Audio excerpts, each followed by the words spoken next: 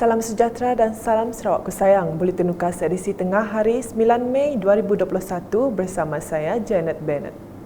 Tumpuan berita. Sambutan Hari Raya Aidilfitri tahun ini sekali lagi diraikan dalam suasana pandemik COVID-19.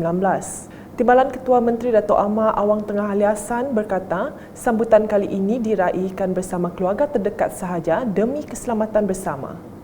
Beliau berkata demikian semasa berucap dalam majlis penyerahan sumbangan geran projek Kecil Luar Bandar MRP Persatuan Ibu Bapa dan Guru PIBG, Persatuan Bukan Kerajaan NGO dan Kelab Daerah Lawas 2021 pada Sabtu.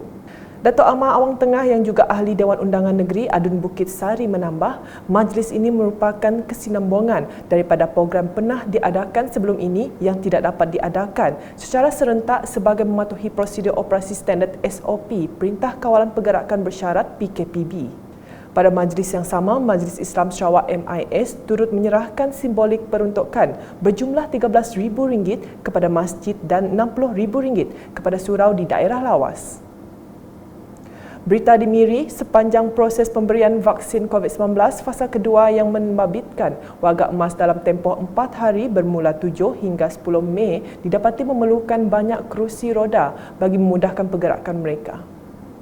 Perkara ini telah dimaklumkan Menteri Bertanggungjawab Jawatan Kuasa Pengurusan Bencana Bahagian JPBB Miri, Datuk Lee Kim Shin dalam kenyataan media selepas mengadakan lawatan ke Pusat Pemberian Vaksin PPV Dewan Eastwood, Miri pada Jumaat. Untuk itu, beliau telah meminta Persatuan Bulan Sabit Merah meminjamkan 11 buah kerusi roda bagi memudahkan pergerakan warga emas di PPV Dewan Eastwood Miri. Begitu juga dengan ruang tempat letak kereta yang berdekatan juga diperuntukkan khas untuk golongan warga emas. Datuk Lee yang juga Menteri Pengangkutan Sarawak turut mengucapkan terima kasih kepada syarikat Yo Hiap Seng Malaysia Berhad kerana telah menyumbangkan minuman kepada petugas di PPV Dewan Eastwood dan beberapa sektor swasta dan dermawan yang telah memberikan sumbangan dan sokongan kepada petugas barisan hadapan.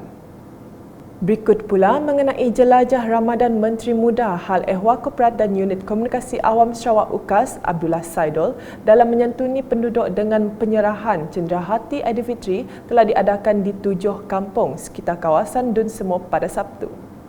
Sumbangan cenderahati Aidilfitri itu sebagai tanda ingatan daripada beliau yang juga Adun Semop kepada penduduk Islam di kawasan Dun Semop yang akan menyambut Hari Raya Aidilfitri. Program tersebut telah dimulakan sejak 3 hari lepas dengan sebanyak 2,800 set cenderahati Aidilfitri telah diagihkan melalui kerjasama Parti Pesaka Bumiputra Bersatu PBB Ranting dan Pertubuhan Belia Kebangsaan Bersatu Sarawak sebekas unit di setiap kampung. Semasa jelajah itu juga, Abdullah turut menyampaikan peruntukan projek Kecil Luar Bandar MRP berjumlah RM20,680 kepada sebuah sekolah dan 14 buah Jawatan Kuasa Kemajuan dan Keselamatan Kampung JKKK. Antara penerimanya ialah JKKK Kampung Tekajong yang menerima peruntukan sebanyak RM15,000 bagi tujuan membaik pulih pusat pentadbiran dan gerakan JKKK. Sebagai tanda penghargaan dan terima kasih beliau kepada guru-guru yang mengajar Mukadam dan Al-Quran di 12 buah kampung sekitar Pulau Berwit, beliau turut menyampaikan sedikit sagu hati berjumlah RM19,200 melibatkan seramai 111 orang penerima termasuk yang telah bersara. Dalam lawatan kerja ini juga, beliau mengingatkan orang ramai di Dun Semop sentiasa peka dengan SOP untuk mencegah penularan wabak COVID-19. Selain itu, beliau turut menerima beberapa permohonan baharu daripada sekolah, JKKK dan masjid. Berita seterusnya, dalam usaha meningkatkan keselesaan pesakit COVID-19 yang ditempatkan di Pusat Kuarantin dan Rawatan COVID-19 berisiko rendah PKRC di Kem Belia Mukah, Ahli Dewan Undangan Negeri Adun Balingian Abdul Yaakob Arbi telah tampil menyumbangkan seunit penghawa dingin. Majlis penyerahan penghawa dingin tersebut telah diadakan secara simbolik baru-baru ini di PKRC tersebut. Ketika ditemu bual UKAS, Abdul Yaakob mengharapkan situasi di Mukah yang sedang berada dalam zon merah ketika ini kembali pulih seperti sedia kala. Terutama sekali sekarang ni kan kita sudah berstatus merah. Jadi walau bagaimanapun kita berharap supaya keadaan ini akan reda secepat mungkin. Itu doa daripada kita. Abdul Yaakob kemudian meninjau sekitar persiapan PKRC di Kem Belia Mukah sambil diiringi Residen Bahagian Mukah Hamdiah Bakir. Di Bintulu pula, sebanyak 7 buah premis dan 16 individu telah dikompaun disebabkan ingkar SOP diperketatkan PKPB di bahagian Bintulu pada Jumaat. Kesemua premis yang beroperasi di kawasan perindustrian berat Sungai Nyingu didapati gagal mematuhi arahan 30% pekerja turun bekerja. Turut dikompaun 16 individu kerana tidak mengimbas aplikasi MySejahtera, manakala seorang lagi individu dikenakan kompaun RM1,500 kerana tidak menggunakan pelitup muka.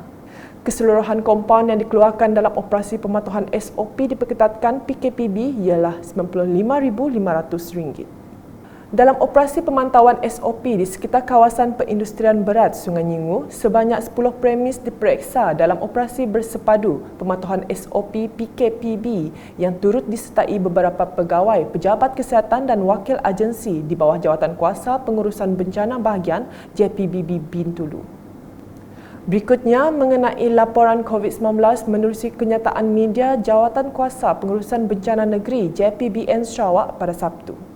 Sarawak mencatatkan 479 kes positif baharu dengan 324 atau 67.24% daripada jumlah ini dikesan di daerah Sibu, Bintulu dan Miri, menjadikan jumlah keseluruhan meningkat kepada 34,706 kes. Butiran kes adalah seperti berikut.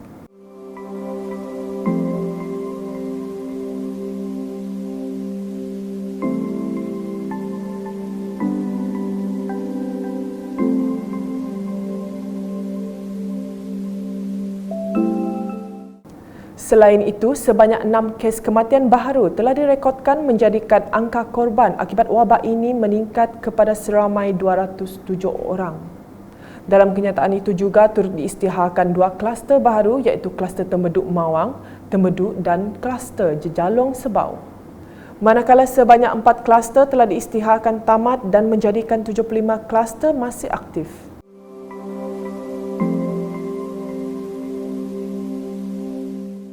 Sementara itu, JPBN Sarawak juga telah memutuskan untuk melaksanakan perintah kawalan pergerakan diperketatkan PKPD bagi 3 rumah panjang iaitu seperti berikut.